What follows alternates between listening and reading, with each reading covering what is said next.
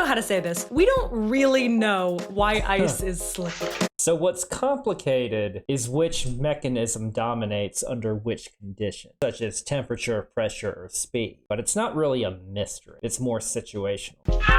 But there's a new theory. So far, we know that a thin layer of water somehow forms on top of the ice.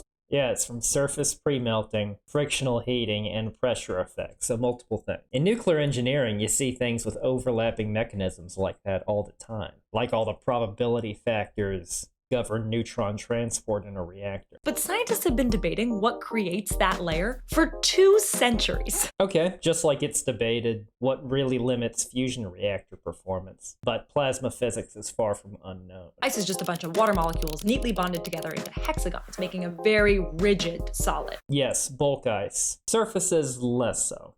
But the edges don't really have anything to bond to. So this theory says that those loosely bound molecules sort of slide around, making the slippery layer. So that's the surface pre-melting. But a new theory says it has to do with electricity. Water molecules have 2 different atoms with different charges.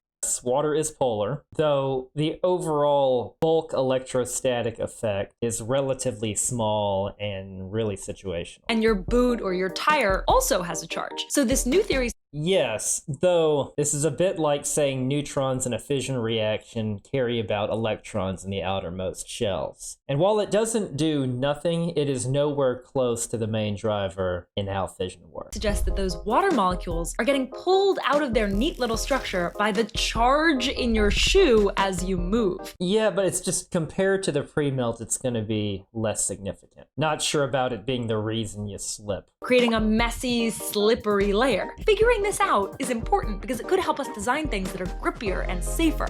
Now, ice-related slips and falls are responsible for more OSHA-recordable accidents in nuclear power plants than anything you do with radiation. So I'm all for designing safer boots and tires. But most development on this comes from materials, tread, roughness, and contamination control, things we look at in the nuclear power plant. And that matters a lot to me because I'm about to go on this plane that lands on an ice runway.